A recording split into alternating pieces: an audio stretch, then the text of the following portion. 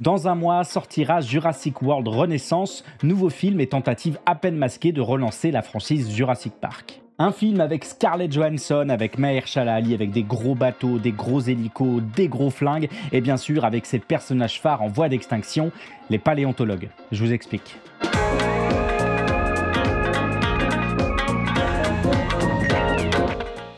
Les proprios du parc y faisaient des expériences. Le pire, ils l'ont laissé ici.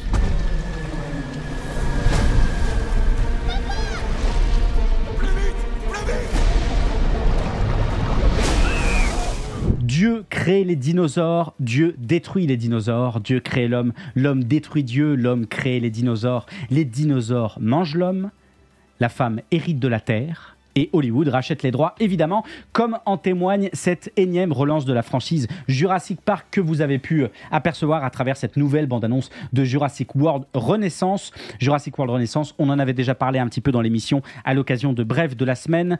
Jurassic World Renaissance, 7e volet de la série cinématographique Jurassic Park, inspiré de l'œuvre de Michael Crichton, un film qui fait office de reboot de la franchise Jurassic Park, un film réalisé par Gareth Edwards, déjà derrière Monsters, derrière Godzilla, derrière Rogue One, et ça se voit à ces quelques images. Il y a des gigantismes magnifiques dans cette bande-annonce. Un film qui prendra place 7 ans après la chute d'Isla Nublar, dans un monde où les dinosaures s'éteignent peu à peu, mais alors que la scientifique Zora Bennett, incarnée par Scarlett Johansson, est envoyée sur l'île pour récupérer l'ADN des derniers géants, elle y croisera un père naufragé, ses enfants, mais aussi un dinosaure mutant que personne n'aurait jamais dû réveiller. Et oui, les gens, totalement Scarlett Johansson aux côtés de Mahershala Ali, de Jonathan Bailey, de Rupert Friend, de Manuel Garcia Rulfo pour ce bien chouette casting. Un casting qui va être bien sûr éclipsé par le vrai casting du film. Vous le savez, ces créatures fascinantes, autrefois omniprésentes sur les plateaux, reconnaissables à leur regard perçant derrière leur cornée embuée et capables de rester accroupis des heures dans l'attente de trouver leur proie, les paléontologues, puisque pendant qu'Hollywood ressuscite les dinosaures, le réel, lui, est en train d'éteindre ceux qui les étudient, comme en témoigne l'étude intitulée L'emploi en paléontologie, état des lieux et tendances aux États-Unis, publiée il y a 2 semaines dans la revue scientifique Paléobiologie, éditée par Cambridge University Press, une étude commandée par la Paleontological Society, qui avait formé en décembre 2021 un comité ad hoc sur l'emploi pour précisément évaluer la situation professionnelle des paléontologues, en particulier pour les débutants et les gens. Les résultats sont aussi réjouissants qu'un brachiosaure sous tranquillisant,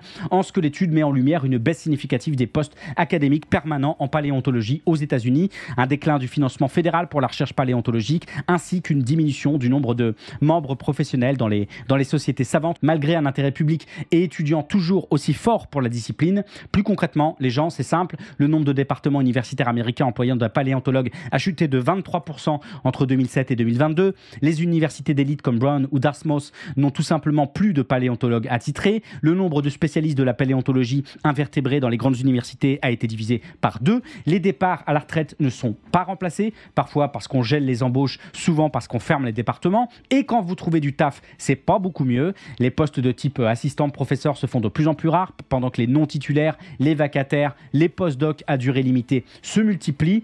Plus de 70% de l'enseignement supérieur américain est aujourd'hui assuré par des précaires, et la paléontologie ne fait pas exception.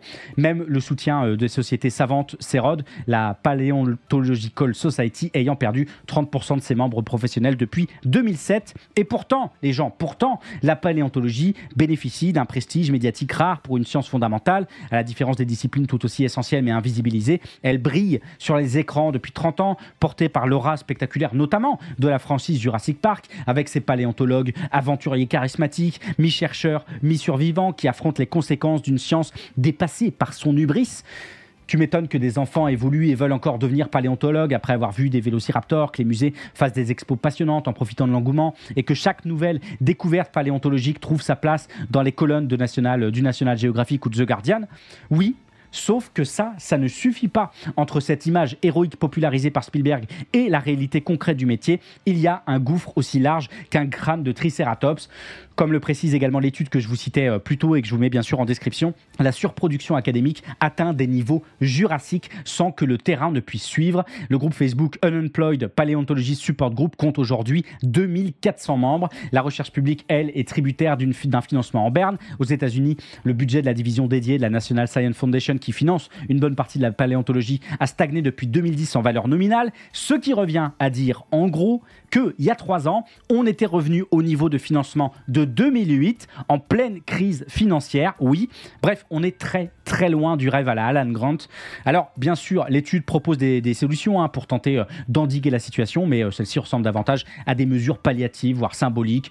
Centraliser les offres d'emploi, bah oui, ça va nous aider, ça.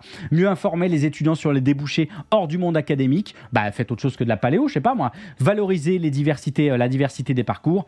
Ouais, ok. Merci Monsieur Macron, merci beaucoup. Ah, c'est peut-être pour ça que ça s'appelle Jurassic Park Renaissance. Bref, des solutions plus symboliques qu'autre chose, alors qu'il me semble que de recréer de l'emploi public stable, hors de la logique de rentabilité, de syndiquer les précaires, de mutualiser les luttes, d'exiger des financements durables pour la recherche fondamentale, de travailler à démarchandiser la science, de sortir du court terme, de redonner du sens au travail scientifique, bref, de politiser la question, ce serait des portes à prendre bien plus riches en possibilités concrètes, tout simplement, parce que défendre la paléontologie, c'est aussi défendre une certaine idée de la science, du temps et du bien commun, et c'est tout le paradoxe de ces films Jurassic Park, qui sont autant des outils de vulgarisation extrêmement puissants que des récits qui mettent en scène une science fantasmatique déconnectée des réalités du terrain, une science sans chercheurs, une science sans subvention, une science sans publication, une science muséifiée. Et visiblement, ce Jurassic World Renaissance qui débarquera en France le 4 juillet prochain, lui, n'en a plus rien à faire, puisque la scientifique héroïne protagoniste ici aura des gros guns pour mitrailler absolument tout ce qui bouge. Renaissance, les gens, effectivement. Sauf que la paléontologie, elle n'a pas besoin de renaissance. Elle a besoin de postes, elle a besoin de labos, elle a besoin de salaires décents, d'un État qui assume autre chose que le rôle de distributeur de subventions en voie d'extinction. Elle a besoin qu'on la sorte des musées et des écrans pour la remettre au cœur du commun. Et il faut le faire maintenant, parce que si on continue à remplacer la politique par du bruit, il y a bien un gars dans quelques années qui va arriver et qui nous dira auriez-vous projeté d'avoir des paléontologues dans votre parc à dinosaures ? Eh oh